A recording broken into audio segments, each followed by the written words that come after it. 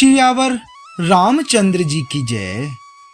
रामायण बालकांड मास परायण का छठा विश्राम भाग 5।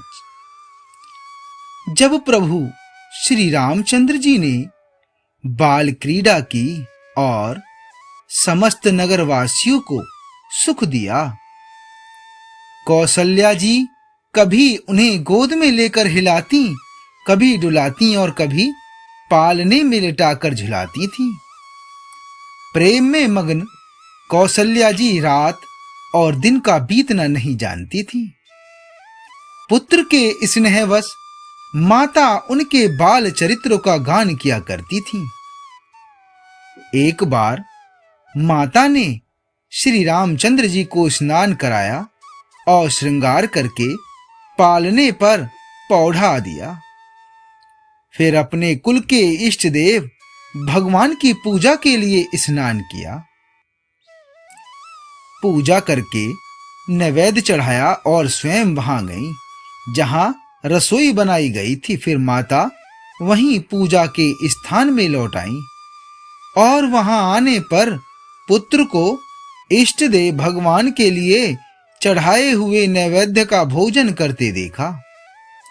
माता भयभीत होकर पालने में सोया था, यहां किसने लाकर बैठा दिया। इस बात से डरकर पुत्र के पास गई तो वहां बालक को सोया हुआ देखा। फिर पूजा स्थान में लौटकर देखा कि वही पुत्र वहां भोजन कर रहा है। उनके हृदय में कंपन होने लगा और मन को धीरज नहीं होता। वह सोचने लगी कि यहाँ और वहां मैंने दो बालक देखे, यह मेरी बुद्धि का भ्रम है या और कोई विशेष कारण है। प्रभु श्री रामचंद्र जी ने माता को घबराई हुई देखकर मधुर मुस्कान से हंस दिया।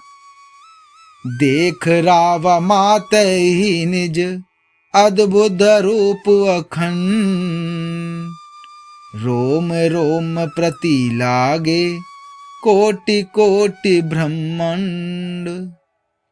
अर्थात फिर उन्होंने माता को अपना अखंड अद्भुत रूप दिखलाया, जिसके एक एक रोम में करोड़ों ब्रह्मांड लगे हुए हैं।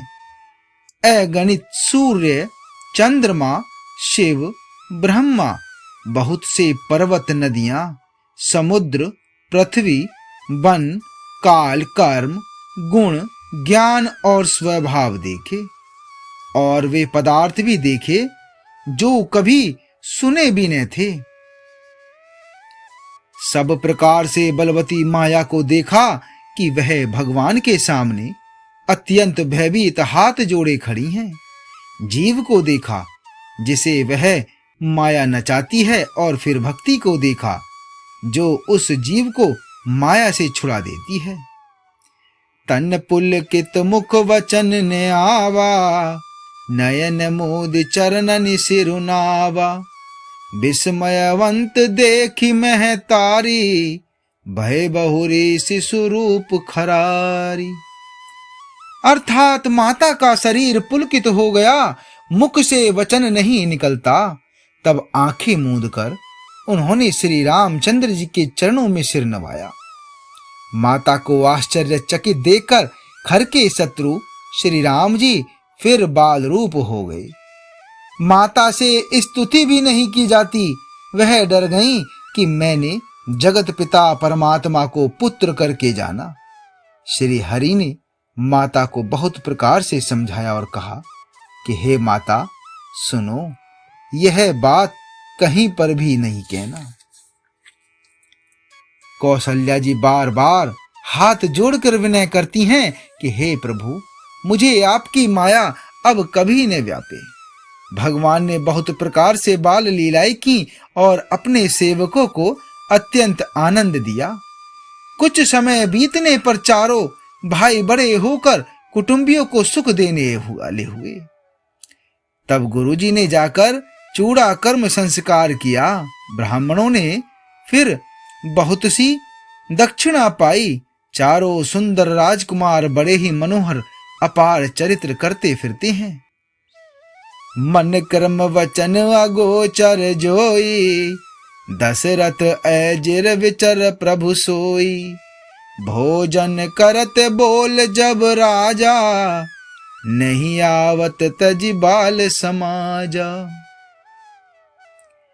जो मन वचन और कर्म से अगोचर हैं, वही प्रभु श्री दशरथ जी के आंगन में विचर रहे हैं। भोजन करने के समय जब राजा बुलाते हैं, तब वे अपने बाल सखाओं के समाज को छोड़कर नहीं आते। कौशल्या जी जब बुलाने जाती हैं, तब प्रभु ठुमक ठुमक भाग चलते हैं।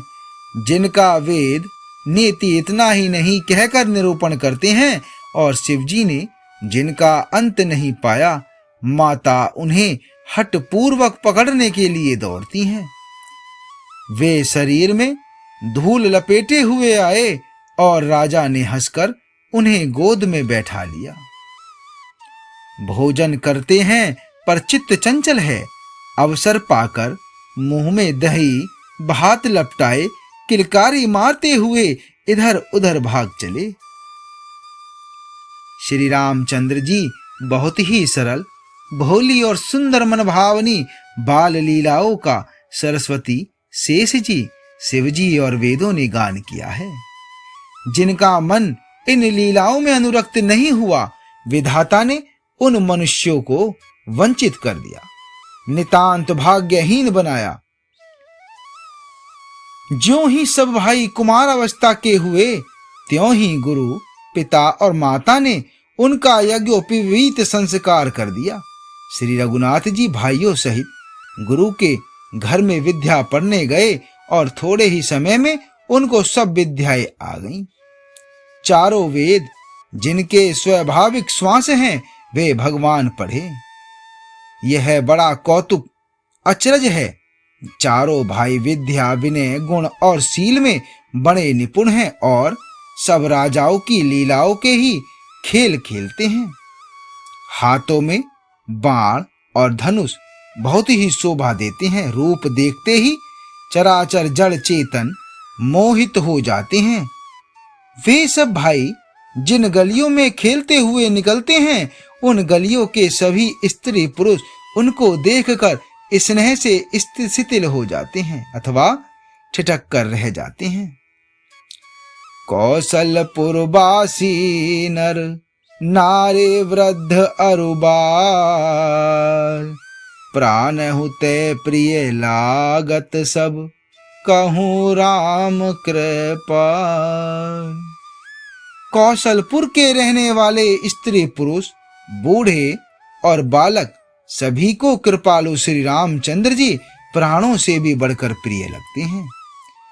श्री रामचंद्र जी भाइयों और इष्ट मित्रों को बुलाकर साथ ले लेते हैं और नित्य वन में जाकर शिकार खेलते हैं। मन में पवित्र समझकर मृगों को मारते हैं और प्रतिदिन लाकर राजा दशरथ जी को दिखलाते हैं। जो मृग श्री रामचंद्र जी के बाण से मारे जाते थे, वे शरीर छोड़कर देवलोक को चले जाते थे। श्री रामचंद्र जी अपने छोटे भाइयों और सखाओं के साथ भोजन करते हैं और माता पिता की आज्ञा का पालन करते हैं। जिस प्रकार नगर के लोग सुखी हों, कृपा निधान श्री रामचंद्र जी वहीं संयोग अर्थात लीला करते हैं। वे मन लगाकर वेद पुराण सुनते हैं और फिर स्वयं छोटे भाइयों को समझाकर कहते हैं। श्री रघुनाथ जी प्रातः काल उठकर माता पिता और गुरु को मस्तक नवाते हैं और आज्ञा लेकर नगर का काम करते हैं। उनके चरित्र देख देख कर राजा मन में बड़े हर्षित होते हैं। जो व्यापक, अकल, निरवयव, इच्छा रहित है जन्मा और निर्गुण है तथा जिनका न नाम है न रूप, वही भगवान भक्तों के लिए नाना प्रकार के अनुपम अलौकिक चरित्र करते हैं। यह सब चरित्र मैंने गाकर बखान कर कहा, अब आगे की कथा मन लगाकर सुनो। ज्ञानी महामुनि विश्वामित्र जी ने वन में शुभ आश्रम पवित्र स्थान जानकर बसते थे, जहां वे मुनि जप यज्ञ और योग करते थे। परंतु मारीच और सुबाहु से बहुत डरते थे। यज्ञ देखते ही राक्षस दौड़ पड़ते थे और उपद्रव मचाते थे, जिससे मुनि बहुत ही दुख पाते थे। आगे का भाग 6 में। जय श्री राम।